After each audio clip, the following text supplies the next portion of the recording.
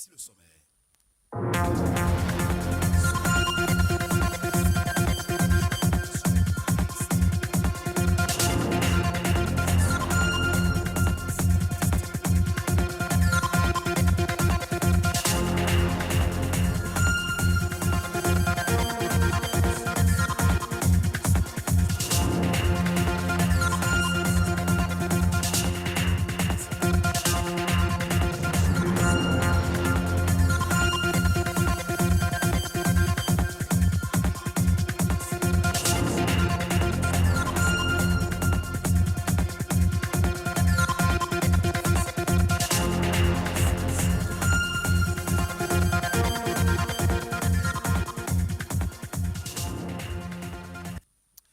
Avez-vous déjà entendu parler de l'autisme? L'autisme se définit comme un grave trouble du développement qui réduit la capacité à communiquer et à interagir. Elle a une incidence, cette pathologie a une incidence sur le système nerveux et pour ceux qui en sont atteints à des difficultés de communication. Cependant, bien que ce trouble soit incurable, un traitement pour aider le patient est bien possible. La prise en charge précoce atténue les effets, nous dit Rodrigue Babaguito dans cet élément. Normalement, à 1 an et demi, déjà, des enfants parlent, ou au moins ils alignent 2, 3 mots, même s'ils ne font pas des phrases. Et lui, ce n'était pas encore le cas. Même maman, papa, rien du tout, silence. Et on ne savait même pas ce que c'était. Mais on savait juste qu'il y avait quelque chose de pas habituel par rapport aux autres enfants. Un enfant aux réactions et comportements pas habituels tels que des difficultés à communiquer et à appréhender les interactions sociales. Si ses parents ont fini par réaliser que leur enfant est autiste, à 4 ans aujourd'hui, le jeune garçon a toujours du mal à s'exprimer. Quand on a reçu l'enfant, on a eu à effectuer les tests qu'il faut pour l'enfant et relever effectivement le fort risque autistique pour l'enfant. Et je crois que depuis environ un peu plus d'1 an qu'on a commencé par travailler avec cet enfant, là déjà aujourd'hui on peut relever quand même quelques amoindrissements au niveau de certains déficits. Des amoindrissements qui auraient pu être plus considérables si très tôt le diagnostic autistique avait été établi et si mieux ce trouble était connu. La quête de réponse face au trouble de l'enfant aura été bien longue pour ses parents. Au départ, on ne sait pas vers quel sens se pourrait. Je suis allée au CNHU. On nous a dit c'est parce qu'on a de l'argent. À 2 ans. Et ils m'ont dit d'attendre qu'il ait 6 ans. Et je me suis dit, mais si c'est quelque chose de grave, mieux vaut savoir maintenant. Donc, c'était pratiquement une course folle. Et pour pallier cette ignorance sur le sujet, ici, on sensibilise sur l'autisme afin d'éviter les stigmatisations. Nous avons constaté que l'autisme n'est pas très connu et que les enfants autistes sont marginalisés et les enfants sont traités d'enfants possédés, enfants sorciers. Et il y a beaucoup de discrimination. Donc il faut déjà commencer par en parler, commencer par dire comment ça se fait, ça se manifeste, quels en sont les signes. Et il faut commencer par déconstruire les fausses idées qui se posent sur la question. Appelé également trouble du spectre, l'étendue et la gravité des symptômes sont très variables, mais seule une détection précoce peut favoriser le développement et l'apprentissage. Aujourd'hui, les recherches ont beaucoup évolué et déjà à partir de 12 mois, on peut déjà commencer par dépister les risques autistiques chez l'enfant. Au jour d'aujourd'hui, rien n'a encore été prouvé par rapport aux causes de l'autisme. On sait que c'est une défaillance, c'est un souci au niveau du cerveau. Il suffit de diagnostiquer très tôt, il suffit de mettre la prise en charge, l'orientation thérapeutique qu'il faut pour que tout le monde s'en sorte et il n'y a plus du tout de problème. Il n'est jamais trop tôt pour agir. Un retard n'est pas toujours un signe inquiétant. Dès les premiers signes, il faut vite agir pour son enfant. On met le cap sur la Côte d'Ivoire pour parler à présent de coronavirus. Près de 2 mois après la livraison de 500 000 doses du vaccin AstraZeneca, les autorités ivoiriennes peinent à attirer la population vers les centres de vaccination contre la Covid-19. Conséquence d'une méfiance suite aux fausses informations circulées au sein de la population. La précision dans ce reportage signé par nos confrères de France 24. Des chaises vides, du personnel qui s'ennuie, les candidats au vaccin, comme ce peintre en bâtiment, arrivent au compte-gouttes. La maladie, ce n'est pas d'amusement. C'est injuste, c'est la réelle. Donc j'invite tous mes frères et sœurs, ceux qui ne courent pas la maladie, de venir se faire vacciner. La Côte d'Ivoire a reçu 504 000 doses de vaccin AstraZeneca fin février, puis 50 000 doses offertes par l'Inde. 2 mois plus tard, moins d'un quart de ces doses de vaccin ont trouvé preneur. Compte tenu de l'actualité des réseaux sociaux, il y a beaucoup de personnes qui sont réticentes. Donc vraiment, le volet communication doit s'intensifier pour que les gens viennent se faire vacciner. Il ne faut pas se le cacher, il y a beaucoup de personnes qui sont réticentes.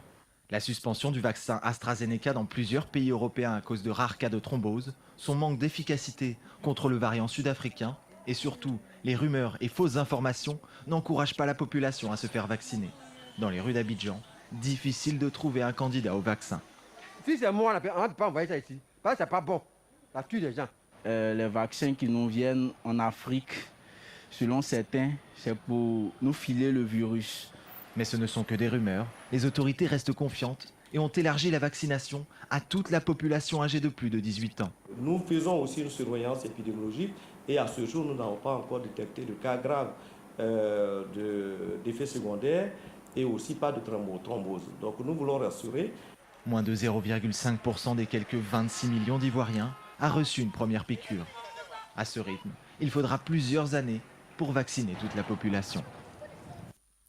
Parlons culture à présent. C'est depuis 1982 que la Journée internationale de la danse est célébrée le 29 avril de chaque année, date d'anniversaire de naissance de Jean-Georges Norbert, créateur du ballet moderne. Le but de la Journée internationale de la danse est de célébrer la danse, de révéler l'universalité de cette forme d'art, de traverser toutes les barrières politiques, culturelles et ethniques et de regrouper les gens avec un langage commun qu'est la danse. Plus de précisions dans cet élément signé Josué Daniel Sosa.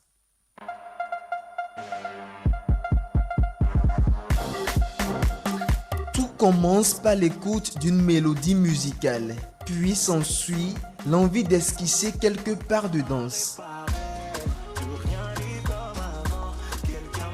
Danser est un mouvement élaboré dans le but de communiquer.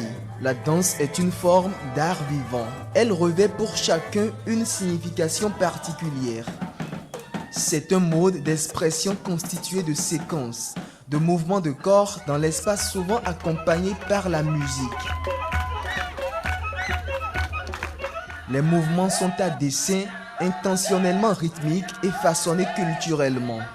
La danse peut être un art, un rite ou encore un divertissement. Elle exprime des idées et des émotions ou raconte une histoire. Les danseurs sont constamment en mouvement, cherchant à créer des moments inoubliables. L'expression du corps permet de créer un monde de joie et de convivialité.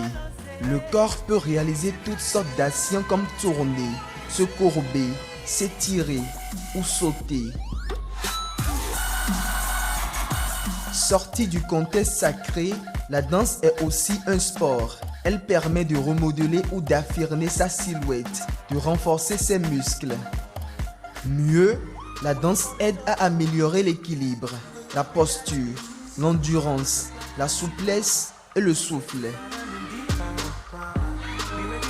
Célébrer la danse, c'est révéler l'universalité de cette forme d'art qui transcende toutes les barrières politiques, culturelles et ethniques.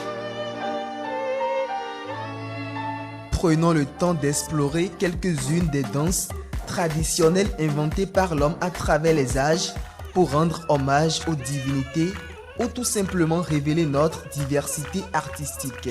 Le zouglou de la Côte d'Ivoire, le zinli et le tipenti du Bénin,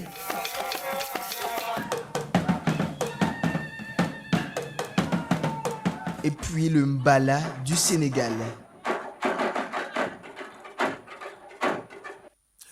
On parle à présent culture et développement. Le cinéma est un art qui constitue aujourd'hui un vecteur important de développement de toute nation. Mais force est de constater que le 7e art est très peu considéré compte tenu de plusieurs facteurs. C'est la raison pour laquelle les acteurs du domaine s'évertuent à redonner au cinéma ses lettres de noblesse. Espoir Abouguerin est du cinéma. Elle nous parle du cinéma et de ses atouts pour le développement. Le cinéma peut contribuer au social à travers la sensibilisation. C'est-à-dire que grâce au cinéma, nous servons de courroie de transmission de messages par rapport aux populations. Nous servons de courroie de transmission de l'information. Tout le monde ne suit pas les informations aujourd'hui, tout le monde n'est pas adapté à ce style de communication. Beaucoup parfois s'ennuient parce que je vois quelqu'un en train de présenter. Donc, le moyen que le cinéma a trouvé pour sensibiliser, c'est au moyen de l'art. C'est-à-dire qu'on se dit, je vais suivre un film, ça va être intéressant et tout. Et nous profitons de ce moment de distraction pour faire passer un message fort, voyons, une information.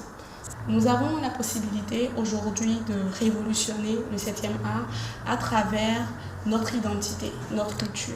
Et c'est heureux et louable de savoir que beaucoup commencent à comprendre. Donc je peux dire que oui, si on compare avec comment on a commencé et où nous en sommes actuellement, on peut dire que oui, déjà on fait du cinéma. Je pense qu'il faut y aller parce que tout est dans le rêve et tout est dans la concrétisation de ce rêve. Si vous vous mettez à pied d'œuvre, vous actionnez la machine et que vous persévérez, vous allez y arriver et même que vous finirez par être nourri par cet art, par en vivre, ça deviendra un métier pour vous. Le jeune a tout intérêt à se lancer dans ce métier pour la simple raison que plus vite il commence, mieux c'est. Et plus il est jeune, plus il apprend et plus il s'impose.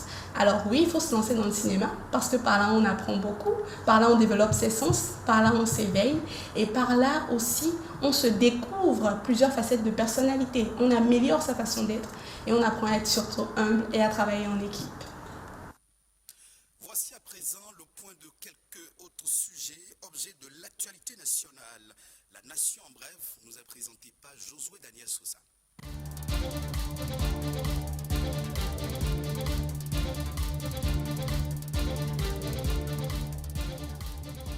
Amélioration du climat des affaires au Bénin. 40 000 entreprises sont créées en 2020 grâce aux facilités.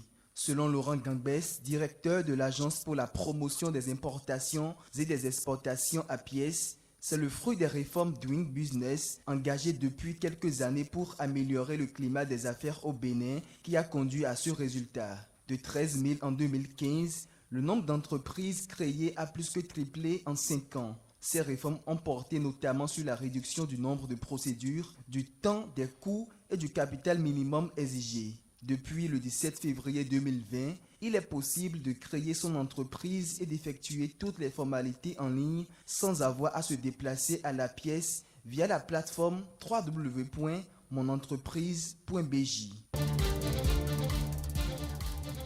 L'acte de paternité est désormais indispensable avant l'accouchement. Selon l'article 148 de la loi numéro 2015-08 du 8 décembre 2015 portant code de l'enfant en République du Bénin, il est nécessaire pour le père du nouveau-né de se rendre à la mairie pour prendre l'acte de paternité. Ce document permet de déclarer le nouveau-né dans un délai de 21 jours. La prise de l'acte de paternité est subordonnée à la présentation du certificat d'identification personnelle. L'autre décision qui s'applique désormais au Bénin est liée à l'abandon du domicile conjugal.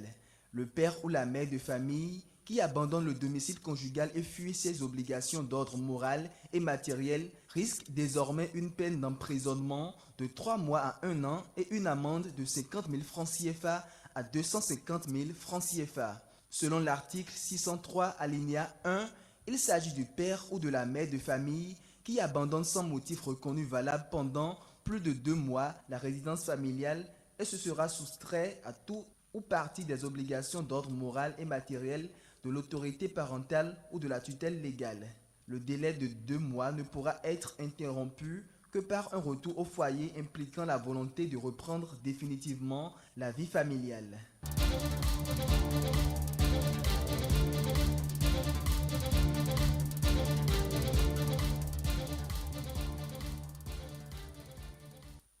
Ce sera tout pour cette session d'information. Merci de votre fidélité. Retrouvez cette édition sur le site de l'ORTB, www.ortb.bj.